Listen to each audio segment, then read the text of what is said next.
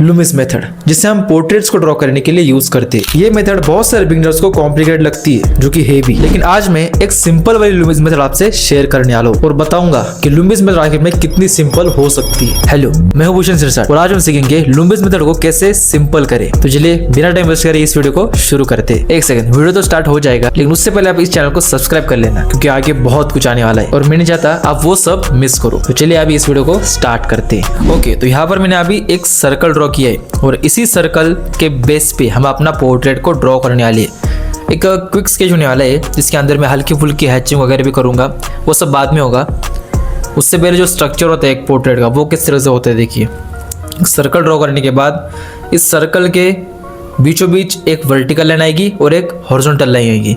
उसके बाद जो हॉरिजॉन्टल लाइन मैंने सबसे ऊपर वाली खींची है, वो बनेगी हमारी हेयर लाइन। सबसे बीच में जो हॉरिजॉन्टल लाइन है वो है हमारी आईब्रो की लाइन, और जो सबसे नीचे जो 3 नंबर वाली लाइन है वो है हमारा नोज का पॉइंट।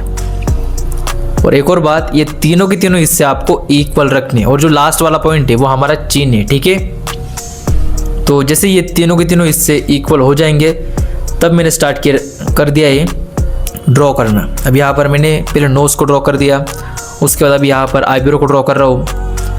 आप साथ साथ में मेरे ड्रॉ भी कर सकते हैं। तो देखिए इस तरीके से आपके आईब्रोज ड्रॉ हो गए।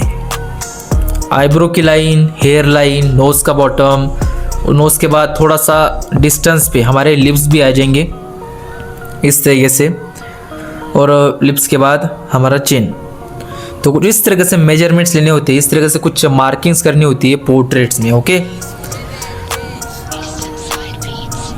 अब ये लुमिस मेथड किस तरीके से आप इजीली किसी भी फेस में अप्लाई कर सकते हो, अगर वो आपको सीखना है तो मुझे आपको एक एक फेस का एंगल ड्रॉ करके बताना होगा। अगर वो आपको चाहिए तो आप कमेंट कर देना। अगर बहुत सारे लोगों को चाहिए होगा तो इसके ऊपर मैं एक प्रॉपर सीरीज बना दूंगा, ठीक है। तो वही है, आपको अगर ये फेशियल फीचर्स ड्रॉ करने में ज़्यादा मुश्किल हो रही है तो आप इसे सेपरेट ड्रॉ करके भी प्रैक्टिस कर सकते हो, क्योंकि नोज़ का अपना एक शेप होता है, लिप्स का एक शेप होता है, आईज़ का, आईब्रोज का, जो बिगनर्स को ड्रॉ करने में बहुत ज़्यादा डिफ़िकल्टी होती है स्टार्टिंग में। लेकिन जैसे जैसे वो इन सारी चीज़ों को जब सेपरेट प्रैक्टिस करने लग जाता है, तब उसे समझ में आता है कि अगर मैंने इसे स्ट्रेट लाइन में ड्रॉ किया बिना कर्व लाइन ऐड किए स्टार्टिंग में, तो स्ट्रेट लाइन से काफ़ी हिस्सा हमें सिंपल लगने लग जाता है। और वो स्ट्रेट लाइन से कैसे ड्रॉ करना होता है, क्या ड्रॉ करना होता है, उसके ऊपर भी अगर आपको कोई वीडियो चाहिए तो वो आप मुझे कमेंट्स में बता सकते हैं। तो फेशियल फीचर्स ड्रॉ करने के बाद जो फेस का आउटर पार्ट है उसको भी मैं शेप दे रहा हूँ, जिसे मैंने नॉर्मली स्ट्रेट लाइन की हेल्प से सिंप्लीफाई कर दिया था। तो एक बार फेस की जो आउटलाइन है वो हो गई, उसके बाद बाल आएंगे।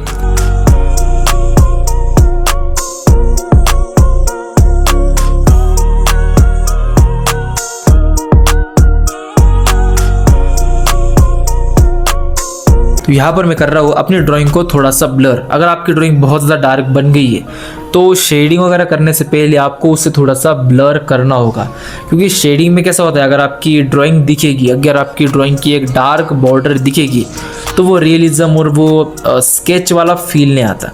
तो जितना हो सके आपसे उतना आप उसे लाइट ही बनाना। अगर आपकी डार्क आ रही है तो आपका पेंसिल के ऊपर अच्छे से कंट्रोल नहीं है, ड्राइंग आपको लाइट ही निकालनी चाहिए।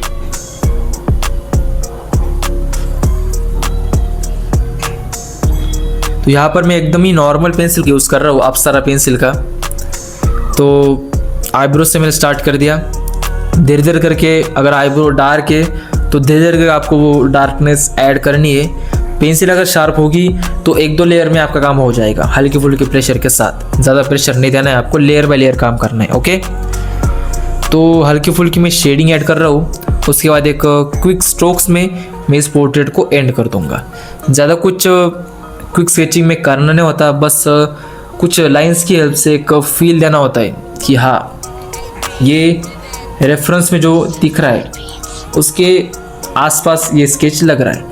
तो यही क्विक स्केचिंग का काम होता है। वैसे क्विक स्केचिंग का एक और काम होता है कि किसी फेस को कितना हम सिंप्लीफाई नज़रिए से देख सकते हैं, कितना सिंप्लीफाई नज़रिए से हम उसे पेपर के ऊपर ड्रॉ कर सकते हैं, ये भी हमें क्विक स्केचिंग सिखाता है। तो अगर आप ये वाला टाइप नहीं करते स्केचिंग का तो आज से ही करना स्टार्ट कर दीजिए, चाहे वो लाइव से हो या आप फ़ोन से देख के बनाओ, कैसे भी बनाओ, लेकिन आपको क्विक स्केचिंग करना ही है डेली बेसिस पे। अगर आप बिगनर हो तो आपके लिए एक कंपलसरी चीज़ है, ठीक है।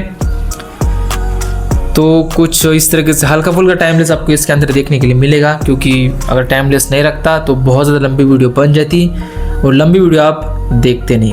अगर देखते हो तो कमेंट कर देना, क्योंकि आगे चलकर अगर मुझे कभी लॉन्ग वीडियो बनानी होगी तो मैं डाल सकता हूँ, ठीक है। तो जो फोरहेड के ऊपर है वो जो शैडो वाला मार्क किया, उसके बाद मैंने थोड़ी हैचिंग दे दी, कुछ लाइंस आपको दिखाई दे रहे होंगे। सब काम आपको धीरे धीरे करना है, आराम से करना है, समझते हुए करना है कि कहाँ पे डार्क है, कहाँ पे हाईलाइट है, कहाँ पे लाइट पार्ट है, कहाँ पर मिड टोन है। तो ये सब कुछ आप जब अच्छे से ऑब्जर्व करोगे तभी आपको ये सारे शेड्स, ये सारे लाइट एंड शैडोज का जो कॉम्बिनेशन है वो कैसे देना होता है वो समझ में आएगा।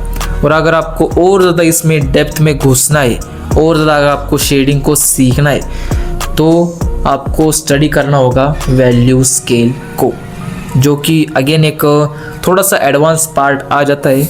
लेकिन अगर आपने वैल्यू स्केल को स्टडी कर लिया तो लाइट एंड डार्क का जो कॉन्सेप्ट है वो आपका क्लियर हो जाएगा। मतलब लाइट एंड डार्क मतलब शेडिंग किस तरह से करनी होती है वो आपकी क्लियर हो जाएगी। लाइट एंड डार्क तो आप जितना ऑब्जर्व करोगे, जितना आप अलग अलग एंगल में लाइट्स को सेट करके स्टडीज़ करोगे, तब आपका लाइट एंड डार्क का क्लियर हो जाएगा। लेकिन पेंसिल के ऊपर कितना प्रेशर देना होता है, लेयरिंग में शेडिंग कैसे करनी होती है, फ्लैट टोन कैसे अचीव करना होता है, ये सब आपको वैल्यू स्केल सिखा देगा। ओके, तो कुछ इस तरीके से होता है। एक और बात, अगर आपकी पेंसिल शार्प नहीं है तो यहाँ पर मैं एक चीज़ बता दूँ, अगर यहाँ पर आपकी पेंसिल शार्प नहीं है तो शेडिंग अच्छे से होगी नहीं। अगर आपको कोई हिस्सा डार्क दिखाना है तो वो उतना डार्क नहीं होगा जितना डार्क आप चाहते हो। मतलब हेयर्स वगैरह में हमें बहुत ज़्यादा डार्क दिखाना होता है, लेकिन अगर आपकी पेंसिल शार्प नहीं है तो वहाँ पर उतना डार्क नहीं होगा।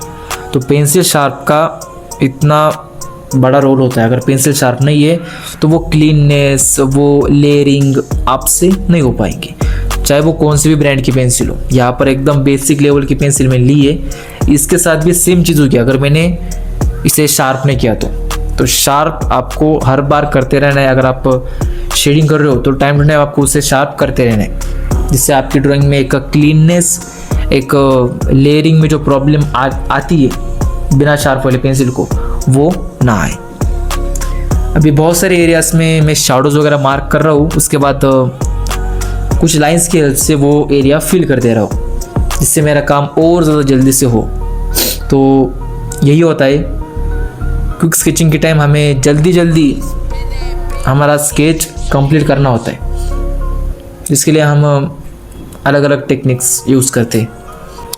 तो हेयर्स को भी कुछ स्ट्रोक्स के अंदर मैं ख़त्म कर दूंगा। यहाँ पर ऐसा नहीं कि डार्क हेयर्स होते तो उससे मैं डार्क करने बैठ जाऊंगा, नहीं। हेयर से तो हेयर्स का एक फ्लो दिखा दूंगा, हेयर्स के कुछ किस डायरेक्शन में वो फ्लो हो रहे, किस डायरेक्शन में वो मूव हो रहे, वो एक मूवमेंट में दिखा दूंगा। बस स्केचिंग में इतना ही होता है। अगर आपको कोई फाइनल वर्क बनाना है तो वहाँ पर आप एक एक चीज़ को बनाओगे, एक एक चीज़ के एक एक बाल के मूवमेंट को दिखाओगे, तो वो एक अलग चीज़ हो जाती है, वो एक अलग टाइम टेकिंग चीज़ हो जाती है। लेकिन बात आए स्टडीज़ की, तो स्टडीज़ में तो आपको क्विकली और चीज़ों को समझते हुए और टाइम के साथ काम करना होता है, नहीं। तो हर एक स्टडी का अपना अलग अलग टाइम होता है। आप वो टाइम वगैरह सेट करके अपने अलग अलग स्टडीज़ को कर सकते हो। बाकी अगर आपको वीडियो पसंद आए तो इस वीडियो को लाइक कर देना, अपने दोस्तों के साथ, अपने आर्टिस्टिक दोस्तों के साथ इस वीडियो को शेयर कर देना। और बस मैं आता हूँ किसी नेक्स्ट वीडियो में। नेक्स्ट वीडियो का टॉपिक भी आप मुझे सजेस्ट कर सकते हैं। चलिए मैं मिलता हूँ आपसे नेक्स्ट वीडियो में। Thanks for watching, bye.